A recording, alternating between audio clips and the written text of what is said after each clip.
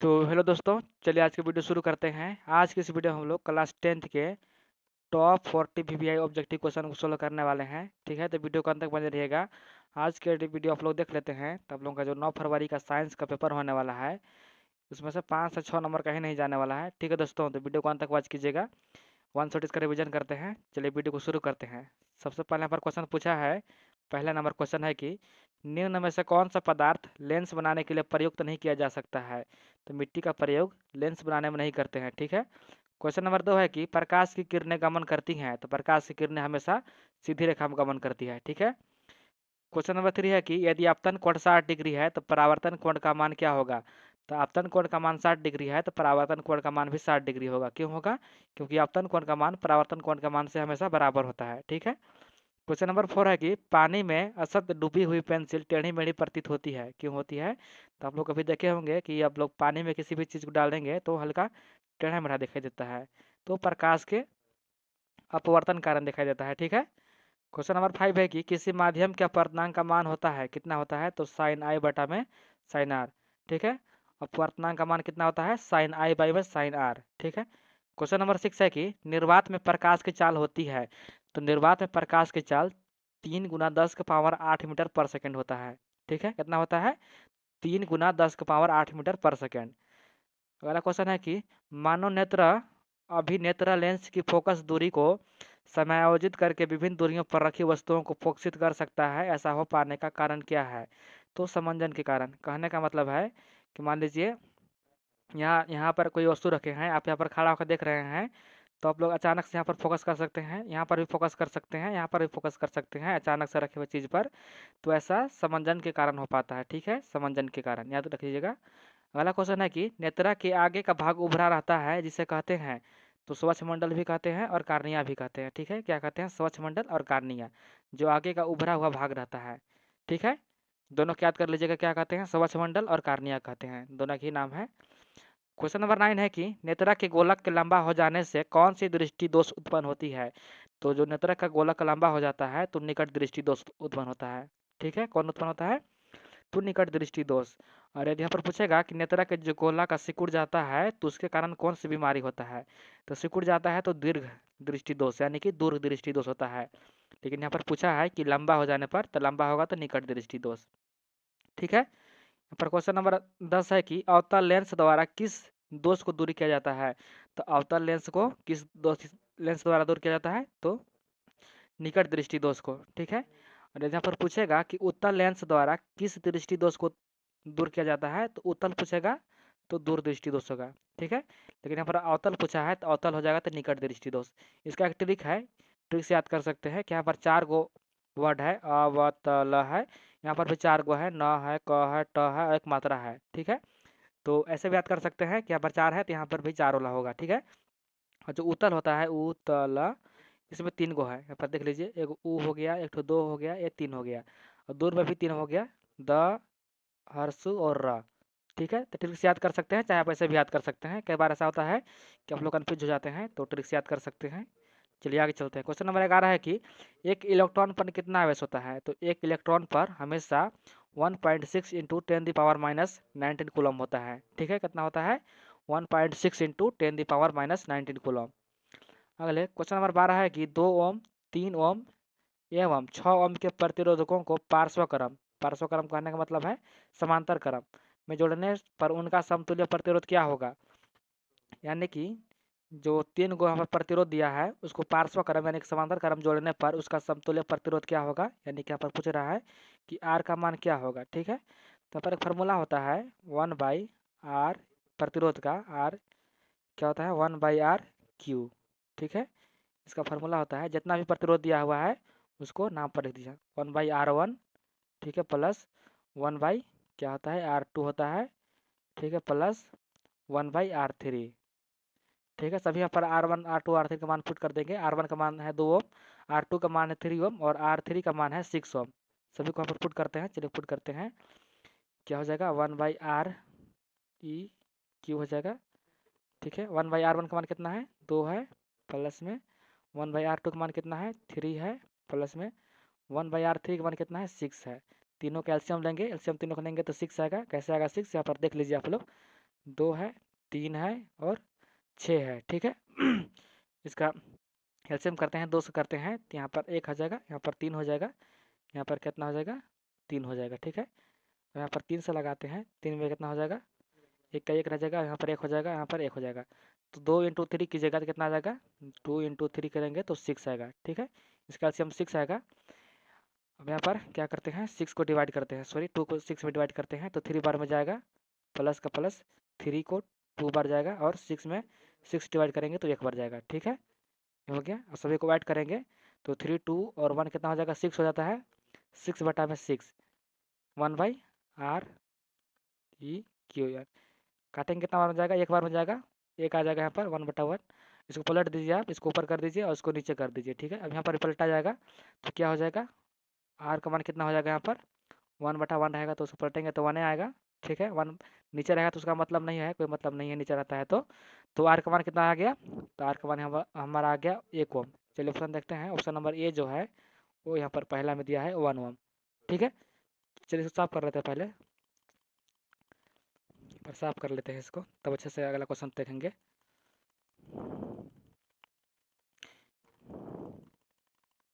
चलिए साफ हो गया यहाँ पर।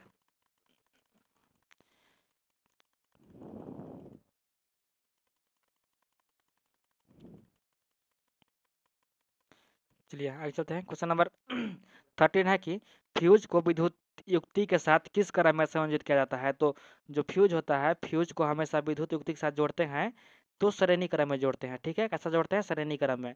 क्वेश्चन नंबर 14 है कि अभिक्रिया 2NO + C अभिक्रिया करके 2N + CO में बनाता है, तो इसमें क्या हो रहा है, तो अपने देख लीजिए यहाँ पर जो C यहाँ पर है अकेले, अभिक्रिया करने के बाद इसमें O जोड़ रहा है, यहाँ पर 2 छूट गया है, 2 हो जाएगा। जो C है अभिक्रिया करने के बाद यहाँ पर O2 जुड़ जा रहा है। ठीक है, तो जो O2 जुड़ रहा है तो उसमें C का उपचयन हो रहा है, यानी कि जब भी C में ऑक्सीजन जुड़ता है तो उसका उपचयन होता है। ठीक है, तो यहाँ पर C में O जुड़ रहा है तो C का उपचयन हो जा रहा है। इसी कारण से इसका जो राइट आंसर हो जाएगा ऑप्शन नंबर ए, C का उपचयन हो रहा है। ठीक है, अगला क्वेश्चन है कि बुझा हुआ चूना का रासायनिक सूत्र होता है, तो बुझा हुआ चूना का रासायनिक सूत्र कितना होता है, CaOH का होल ट्वाइस। क्या होता है, CaOH का होल ट्वाइस, इसको याद कर लीजिएगा। अगला क्वेश्चन है कि निम्न में से कौन संरक्षण का उदाहरण है, संचरण का उदाहरण है। तो लोहे के वस्तु पर जंग लगना, चांदी के काला हो जाना और तांबे की वस्तुओं को हरा हो जाना, ये सभी जो है वो संचरण का उदाहरण है। ठीक है, तो इसका सही आंसर हो जाएगा उपयुक्त सभी, option number D. Question number 17 है कि रंध्या सूचक का उदाहरण है, तो रंध्या सूचक का उदाहरण है वेनिला, लौंग का तेल और प्याज, ये सभी क्या है, रंध्या सूचक का उदाहरण है। ठीक है, और रंध्या सूचक किसे कहते हैं, जो रंध्या सूचक होता है वो अम्ल में, अम्लीय में या क्षार में उसका जो गंध होता है वो क्या होता है, बदल जाती है, इसी को बोलते हैं रंध्या सूचक। यानी कहने का मतलब है कि जो रंध्या सूचक है उसको डालेंगे अम्ल में या क्षार में तो उसका जो गंध है वो चेंज हो जाता है, उसी को बोलते हैं रंध्या सूचक। तो जो वेनिला हो गया, लौंग का तेल हो गया, प्याज हो गया, ये सभी रंध्या सूचक का उदाहरण है। ठीक है, अगला क्वेश्चन है कि सोडियम लवण का परिवार है, यानी कि सोडियम लवण का परिवार कौन है, तो NaCl यानी कि सोडियम क्लोराइड और N2SO4 सोडियम सल्फेट जो है ये सभी सोडियम लवण का परिवार है। अगला क्वेश्चन नंबर 19 है कि इनमें से कौन कथन असत्य है। तो यहाँ पर देख लीजिए, जो इमली में साइट्रिक अम्ल है यह कथन गलत है, क्योंकि जो इमली में पाया जाता है वो टार्टारिक अम्ल पाया जाता है। कौन सा अम्ल पाया जाता है, इमली में टार्टारिक अम्ल पाया जाता है। ठीक है, तो ये ऑप्शन गलती हो जाएगा, असत्य हो जाएगा। अगला क्वेश्चन नंबर 20 है कि एंटासीडा का उदाहरण है, तो एंटासीडा का उदाहरण है मिल्क ऑफ मैग्नीशियम या बेकिंग सोडा, ये सभी क्या है, एंटासीडा का उदाहरण है। और एंटासीडा किसे कहते हैं, तभी कभी आप लोग गौर किए होंगे कि आप लोगों का जो सीना होता है, सीना में जलन देता है या पेट में जलन देता है, तो आप लोग पीते होंगे जो बेकिंग सोडा हो गया या मिल्क ऑफ मैग्नीशियम हो गया, जो पीते हैं तो उसको जो जलन देता है उसको तुरंत बेअसर कर देता है, इसी को बोलते हैं एंटासीडा। ठीक है, तो इसका सही आंसर हो जाएगा उपयुक्त सभी, ये दोनों एंटासीडा का उदाहरण है, एंटासीड का। ठीक है, क्वेश्चन नंबर 21 है कि कौन सा धातु उष्मा का कुचालक है, तो जो लेड है और मरकरी ये दोनों क्या है, उष्मा का कुचालक है। क्वेश्चन नंबर 22 है कि निम्न में से कौन सा कथन असत्य है। तो यहाँ पर देख लीजिए, जो ग्रेफाइड है विद्युत का कुचालक कह रहा है, एक विद्युत का कुचालक नहीं है, जो ग्रेफाइड होता है वो विद्युत का सुचालक होता है। ठीक है। अगला क्वेश्चन नंबर 23 है कि इनमें से कौन सा संबंध अधिक अभिक्रियाशील धातु है, यानी कि इनमें से कौन सा धातु की अधिक अभिक्रियाशील है। तो जो पोटेशियम है, पोटेशियम की जो क्रियाशील है वो बहुत अधिक है। ठीक है, अधिक क्रियाशील पोटेशियम है। अगला क्वेश्चन है कि क्वेश्चन नंबर 24, इनमें से कौन धातु जल के साथ अभिक्रिया नहीं करती है। तो जो शीशा है, शीशा हो गया, कॉपर हो गया और सिल्वर हो गया, ये तीनों जल के साथ अभिक्रिया नहीं करती है। ठीक है। क्वेश्चन नंबर 25 है कि सिनाबार किस धातु का अयस्क है। सिनाबार किस धातु का अयस्क है, तो मरकरी का अयस्क है। ठीक है। अगला क्वेश्चन है कि इनमें से कौन ऑक्सीकारक का उदाहरण है। तो क्षारीय पोटेशियम परमैंगनेट और अम्लीयकृत पोटेशियम डाइक्रोमेट, ये दोनों जो है वो ऑक्सीकारक का उदाहरण है। ठीक है, इसका सही आंसर हो जाएगा उपयुक्त सभी, यानी कि ऑप्शन ए और बी, जो दोनों ऑक्सीकारक का उदाहरण है। अगला क्वेश्चन नंबर 27 है कि मैग्नीशियम पाया जाता है। तो मैग्नीशियम पाया जाता है क्लोरोफिल में। ठीक है, कहाँ पाया जाता है, क्लोरोफिल में। अगला क्वेश्चन है कि ब्रिक का संबंध किस तंत्र से है। तो ब्रिक का संबंध उत्सर्जन तंत्र से है। ठीक है, क्या ब्रिक का संबंध पाचन तंत्र से होगा, नहीं, उत्सर्जन तंत्र से होगा। ठीक है। अगला क्वेश्चन है कि पौधे में भोजन स्थानांतरण के लिए उत्तरदायी है।